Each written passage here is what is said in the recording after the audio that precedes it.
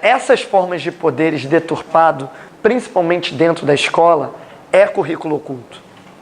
Aquilo que não é debatido, aquilo que não é refletido, ele é oculto. Sim. O bullying só acontece no currículo oculto. Pessoal, esse nosso próximo artigo aqui, ele é um artigo mais curtinho, tá?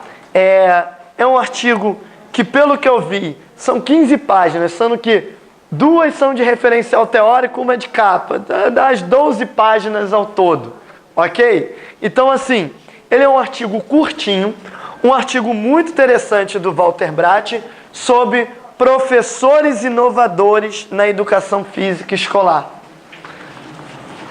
Quem são esses professores? Em que se baseiam? De onde surgem? Pessoal, sobre esse artigo, o que vocês precisam saber para a prova? Vamos lá. Para a prova objetiva, até mesmo discursiva, eu acredito que não venha assim para a discursiva, mas vai ser na mesma batida. De onde surgem esses professores inovadores? Quais são seus referenciais teóricos? Quais são as dificuldades que esse professor inovador ele passa? Como ele é visto na escola? Geralmente o professor inovador é aquele sobrecarregado na escola. É aquele, vai, faz, você que consegue fazer as coisas. Esse professor inovador, quais são os seus referenciais teóricos, cunhos e coletivo? A dificuldade desse professor é justamente o isolamento. Como nós podemos fazer para que atitudes inovadoras continuem na educação física? São as grandes reflexões. E tem uma partezinha para a prova também que eu vejo quais são as características dos professores inovadores? E outra, mais importante, quais são os tipos de professores de educação física? Como, por exemplo, fala de um perfil muito comum, que é o rola-bola. Ok? Então, vamos nessa, pessoal. Olha aqui. A educação física brasileira tem tido muita dificuldade de traduzir seus avanços epistemológicos e teóricos para o campo da intervenção pedagógica, em particular no âmbito escolar. O enfrentamento deste desafio tem colocado questões importantes no processo de formação inicial e também continuada de professores. Sabemos, por outro lado, dos limites desses processos quando verificamos o cotidiano dos espaços e tempos escolares, as diferentes posturas de professores. O que se percebe é que no interior dos espaços educacionais também emergem práticas pedagógicas inovadoras, a quais parecem não obedecer a lógicas lineares motivadas por razões que muitas das vezes nos escapam. Ou seja, pessoal, o artigo ele fala muito sobre isso, sobre a história desse professor que acaba interferindo na sua prática pedagógica. Além da sua história desse professor, é visto que professores inovadores são aqueles que procuram algo a mais, procuram estar fazendo formações continuadas. Falam da própria formação do professor de educação física, que é muito tecnicista e pouco inovadora. Eles batem muito nisso, nessa formação continuada também do professor. Ok? Parte importante para a sua prova. Os 3 tipos de professores de educação física. Nossa intenção, então, é compreender melhor os processos que levam esses professores a construir práticas inovadoras no sentido de romper ou não a dar continuidade à cultura escolar da educação física presente, a hegemônica. 3 tipos de prática de professores. Prática tradicional: voleibol, basquetebol, handebol, futsal, futebol. 1 em cada bimestre, é aquele tecnicismo. Ponto. Esse é o professor tradicional. Eles chamam outro professor de rola-bola ou recreacionista, ok? É aquele que rola a bola, ok? E fica ali só controlando o que acontece. Ele chama também de desinvestimento pedagógico, ok? Pedagogia da sombra, Olha o nome, que engraçado. Recreacionista ou compensatório.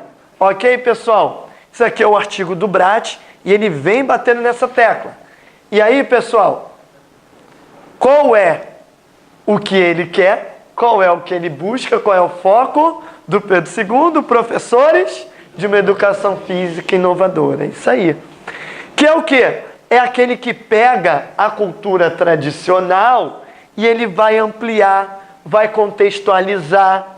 É aquele que associa teoria à prática, ok? É aquele que busca uma avaliação formativa, global. E aquele que busca viabilizar o seu trabalho junto ao projeto político pedagógico da escola. É aquele que busca trabalhar em conjunto. Ok? Resumi o artigo para vocês. Isso aqui.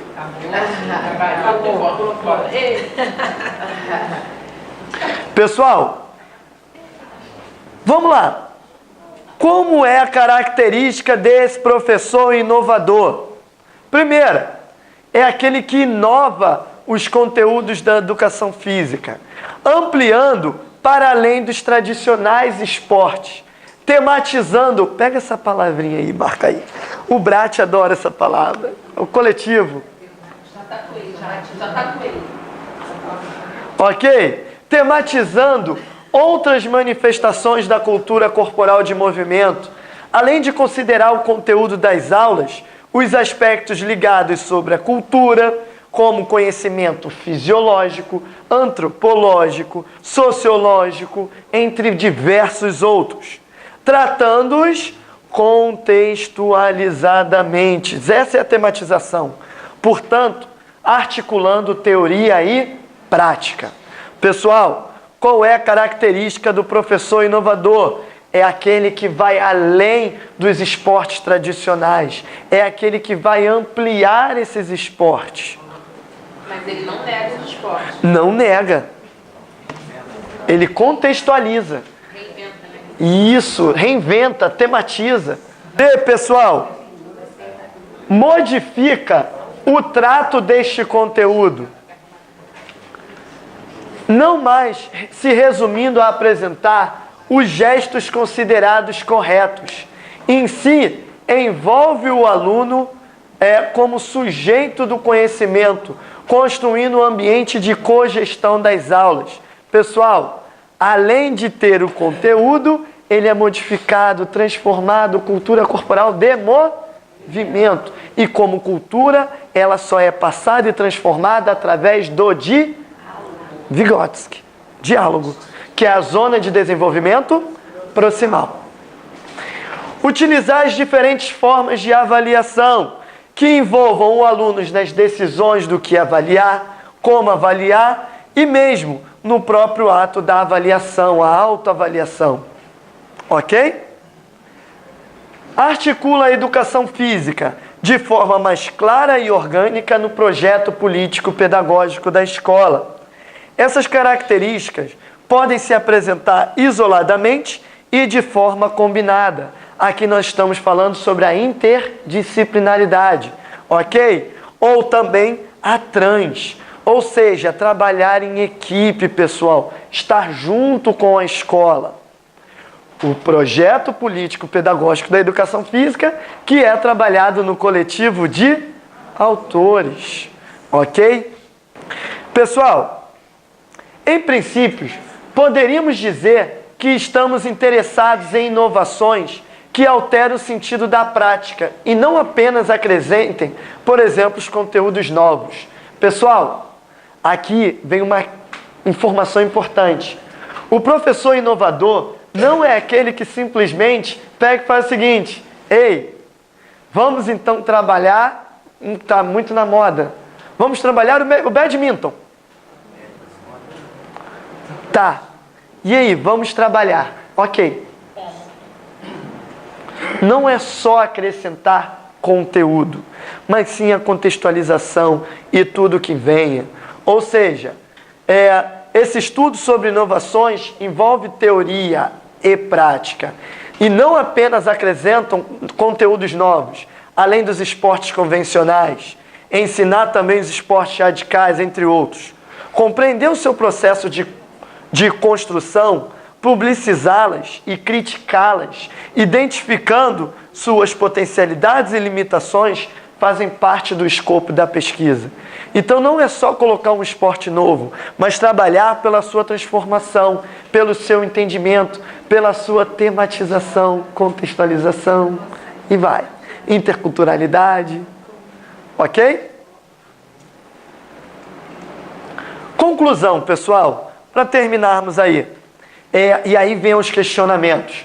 A produção das inovações tem uma íntima relação com as histórias de vida dos professores e a forma como se relacionam com suas profissões.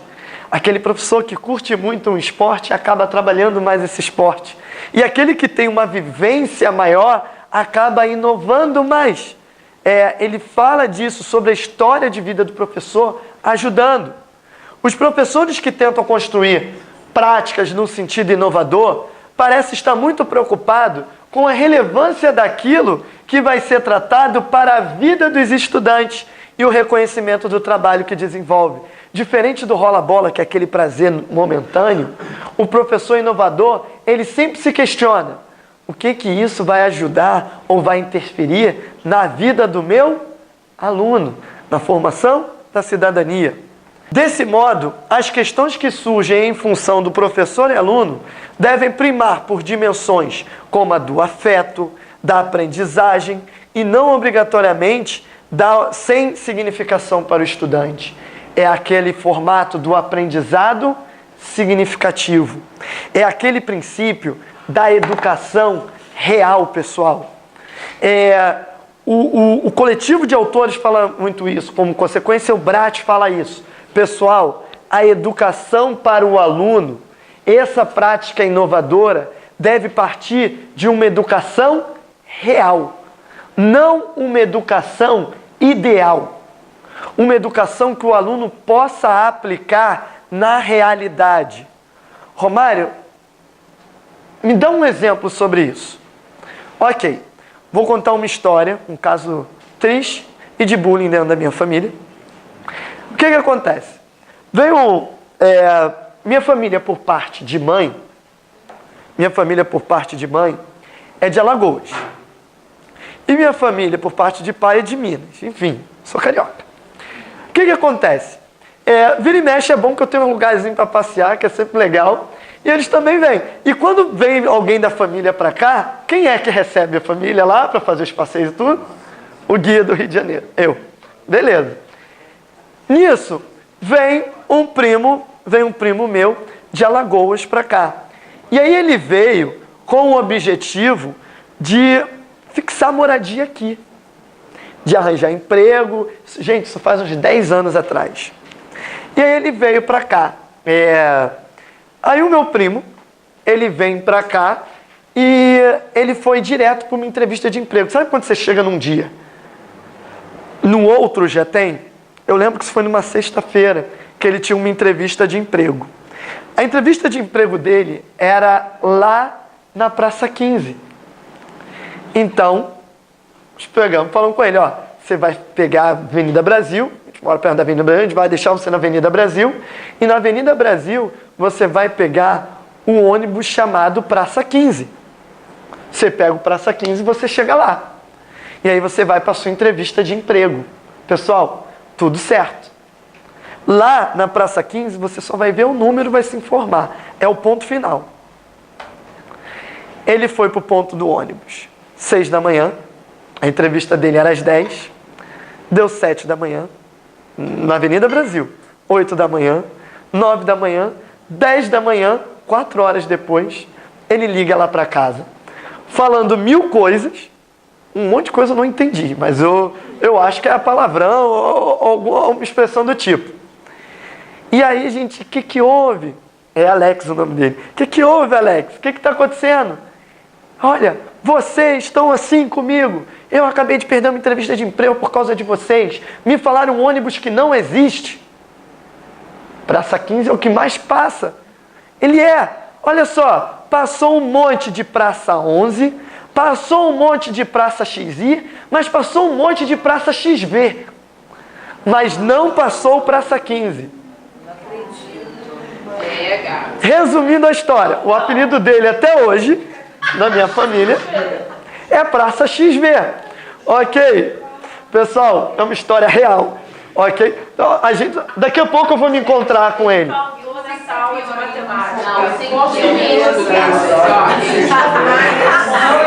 Sem contar, daqui a pouco eu me encontro com ele e eu já começo a falar, ei, XV, tudo bem? Ele, cara, você não esquece isso, né? O apelido dele da família é o XV, ok? É um bullying que a gente faz com ele lá. Pessoal, é o Praça XV. Mas tá, Romário, o que o Praça XV tem a ver com o que você está falando? Pessoal, uma educação ideal é que ele soubesse contar até 1000 em algarismos romanos. Que às vezes na educação física, instrumental, uma educação física voltada só para o tecnicismo, você tem que saber todos os movimentos, toda a técnica. Isso aconteceu. Só que para ele, a educação real, o ideal está aqui. O real é, se ele soubesse que XV fosse 15, ele conseguiria pegar o ônibus, ele provavelmente teria ido na entrevista de empregos, desde que lá não caísse nada de algarismos romanos, ele poderia conseguir o emprego dele e a adaptação dele ao Rio de Janeiro seria muito mais tranquila. Então, assim, a educação ideal, ela está aqui, no ideal. Mas nós, como professores, nós temos inovadores, nós temos que tematizar as nossas aulas para que essa nossa educação física ideal, ela se torne para o aluno real. É aqui que entra a nossa ação. Nós temos muitas das vezes o conhecimento aqui. E quando a gente vai trabalhar, tem essa dificuldade. Esses dias, eu peguei pensando sobre a minha prática pedagógica. De tanto que eu repito, de tanto que eu trabalho esses conteúdos fazem parte de mim. E aí, quando eu vou, por exemplo, num preparatório, vou numa aula, tem alunos novos e tudo mais, quando eu começo a trabalhar, eu começo a vir num nível aqui, e eu vejo que está muito rápido, o que eu acabei pensando? Poxa, está fraco, a turma está fraca. Será que a turma está fraca? Ou o meu conhecimento está muito acima, ou principalmente muito acelerado para o nível real da turma. Então, muitas das vezes, nós professores, nós temos que repensar essa nossa prática, essa nossa relação de transformar o ideal em real. Que às vezes não adianta nada você ensinar isso tudo para o aluno, onde na verdade aquilo ali aplicado já faria toda a diferença. O professor inovador, ele está preocupado com isso. Esse é o grande foco. Se vier uma questão sobre professor inovador, podem falar da educação real, tá? Pode lembrar desse exemplo do XV e utilizar na prova. Esse do XV ninguém esquece, né? Não esqueçam do XV. Beleza, gente? Isso aconteceu comigo no contrato do Pedro II, porque no Pedro II, o Fundamental 1, ele tem um direcionamento para práticas inovadoras, para dança, jogos, né, esporte. O Regis trabalhava comigo e a gente vivenciava muito isso. Sendo que quando chegava no Pedrão, né, os alunos chegavam lá no sexto ano, muitas vezes sem saber pegar... Pedrão é o sexto ano. É o Fundamental 2. Os alunos não conseguiam chegar lá sem pegar uma bola, não é? Aí vinha um questionamento interno, tipo, o que está acontecendo dentro do currículo? Porque esse aluno chega no sexto ano sem saber jogar o básico. Porque é isso que a gente está falando, a gente tem uma prática inovadora, mas ela não pode ser negada à tradicional.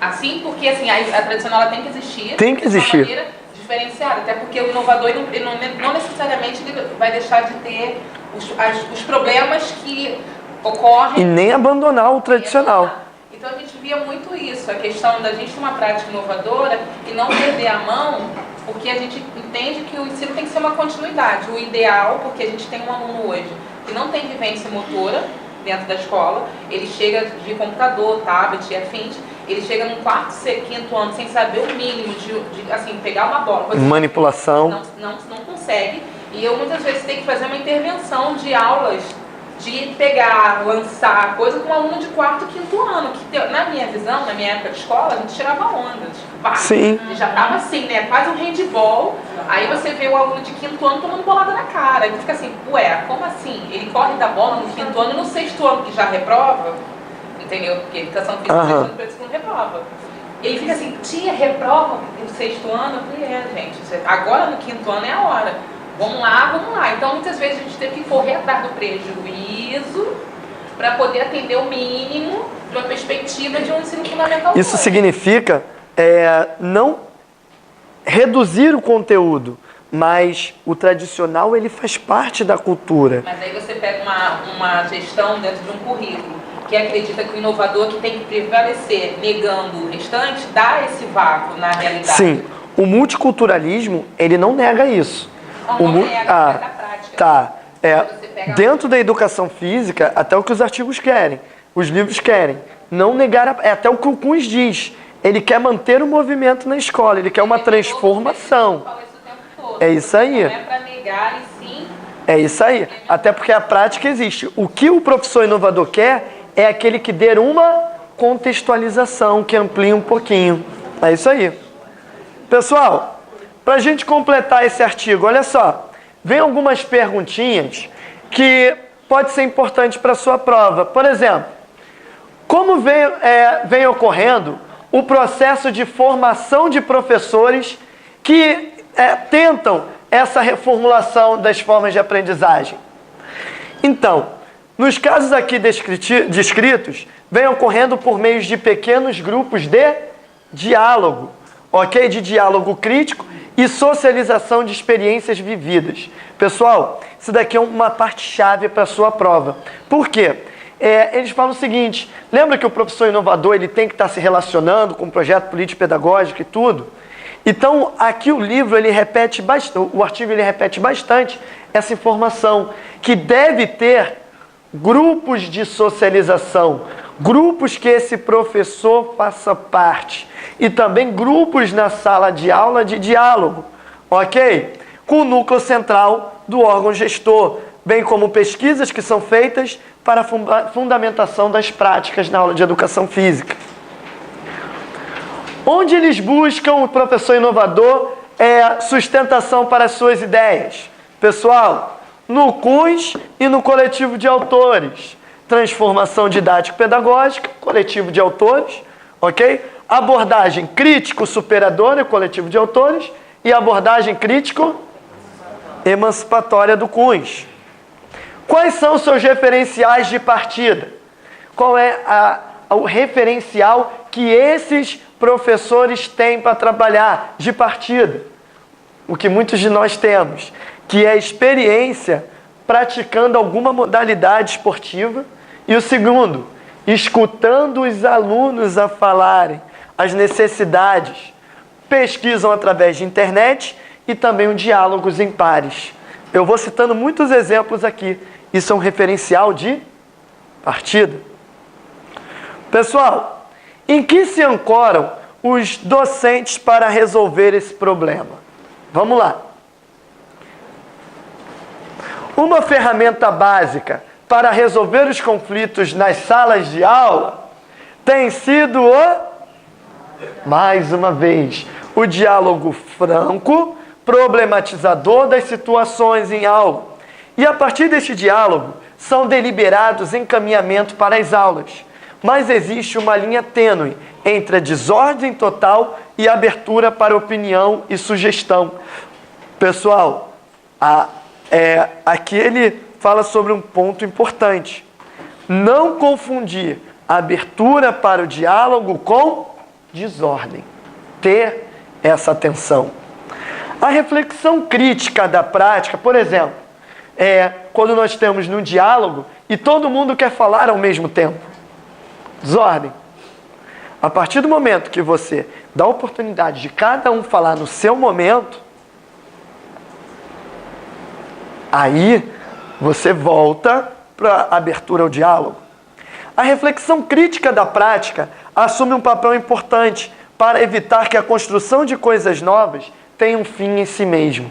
A educação física não é mais utilitarista, de ter um fim em si mesmo. Ela amplia para esse conceito de cultura, para esse conceito inovador. Então, para completar, pessoal, nesse sentido, faz-se importante ressaltar que para a realização de processos de mudanças significativas e persistentes na educação, devemos reconhecer o papel central dos professores no desenvolvimento dos processos educacionais, bem como a valorização e o reconhecimento do profissional. Quanto à organização desta formação, podemos vislumbrar na formação de pequenos grupos, mais uma vez, de pequenos grupos de diálogos críticos, no quais se oportunize o estudo e a reflexão de experiências e professores inovadores para uma estratégia profícua, para uma estratégia eficaz, ok? E aqui, pessoal, eu completo com o seguinte: cuidado com a endogenia, que é uma palavra que está no artigo. O que é endogenia? É simples. Aqui o autor fala para que você possa ter pequenos grupos de diálogo, como, por exemplo, professores de educação física se reunindo, ou o papel da orientação pedagógica de professores estarem juntos para inovar, ok? A interdisciplinaridade, por exemplo. Porém, essa endogenia significa, toma muito cuidado para não ser sempre os mesmos grupos, ou ser grupos reduzidos sempre. Ampliem, sejam abertos a mudanças e a outras pessoas, convidando também para fazer parte desses grupos. A importância desse diálogo e também da abertura desse grupo para a proposta, para que um grupo não fique preso a somente uma forma de prática. Ser inovador é estar aberto para o novo. Pessoal, resumindo, o que é importante para a prova? São as características do professor inovador. Além das características, os tipos de prática pedagógica, o tradicional, o rola-bola e o inovador, ok? A intervenção do professor dialógica e essa importância dos pequenos grupos de discussão, que é o que ele bate mais. É isso que vocês precisam saber para a prova. Sim? Tranquilo, gente?